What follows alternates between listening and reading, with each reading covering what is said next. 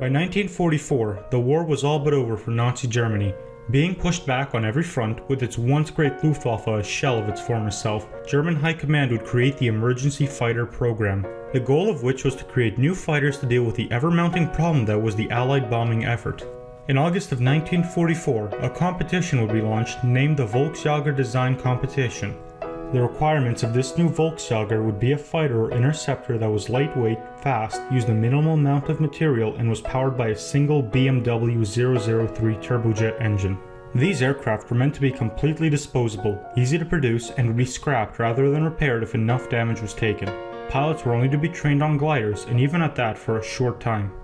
By October, it was already announced that Heinkel had won the competition with its HE-162. Despite not being as good on paper as some of the other proposed aircraft, the HE-162 was much farther along its development cycle than any other submissions, which would allow it to enter service quicker, proving a major factor in its selection. The Heinkel 162 was designed around one thing, its BMW 003 engine. The number one requirement of the entire competition was utilizing the engine, but why is that? The BMW 003 engine proved inferior to the UMO 004, the engine found on the Messerschmitt ME-262 and the Arado AR-234, but with a few hundred already produced, the RLM didn't want them to go to waste, especially at this point of the war. The airframe of the aircraft was mainly made of wood, with metal and other strategic materials in short supply at this point in the war. While this was great for the weight of the aircraft, the risk of catastrophic failure was far greater. Other notable design features were its tricycle landing gear, dual rudder, drooping wingtips, and an ejection seat for the pilot, the first of which ever used in combat. The development of the aircraft took place at an extremely accelerated rate, with only several weeks between the first flight and the aircraft entering service. This would result in design oversights and mistakes, and on a test flight taking place on December 10, 1944, the aircraft broke apart in flight. The cause of the crash was determined to be the type of glue used, which had a high acidity that weakened the wooden joints and caused a catastrophic failure. Even with this setback, development continued, and by January, it was ready to enter combat. February marked the first Heinkel 162 deliveries to the German fighter wing JG-1, but the 162 would not see any combat until mid-April. Even though the pilots were still being trained on the aircraft, in April the units were pressed into service.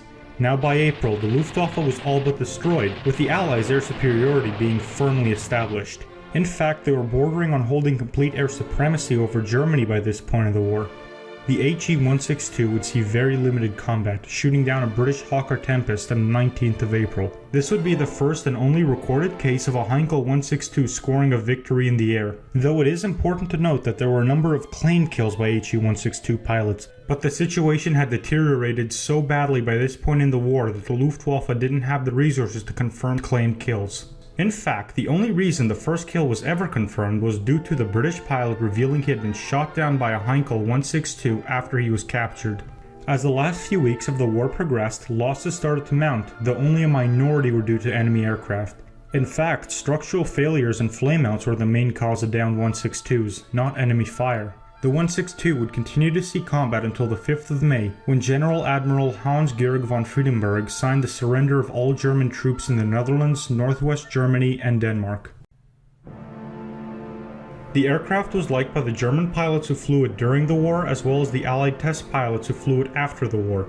Captain Eric Brown, who was a British test pilot who flew over 480 different kinds of aircraft, would go on to describe the Heinkel 162 as having the lightest and most effective aerodynamically balanced controls of any aircraft he had ever flown, but also being difficult to handle. He would go on to state that if the Luftwaffe had been able to take the time to fully develop the Heinkel 162, with fully trained pilots in the cockpits, it would have become a very formidable opponent. Even so, it was plagued by problems over its short life, yet another example of Germany doing too little too late. While designed relatively well, certain choices like a small fuel load and the use of the BMW 003 engine would limit its effectiveness, and subpar productions paired with the fact that the Luftwaffe was effectively out of the war since January of 1945 resulted in a great aircraft effectively forgotten in history.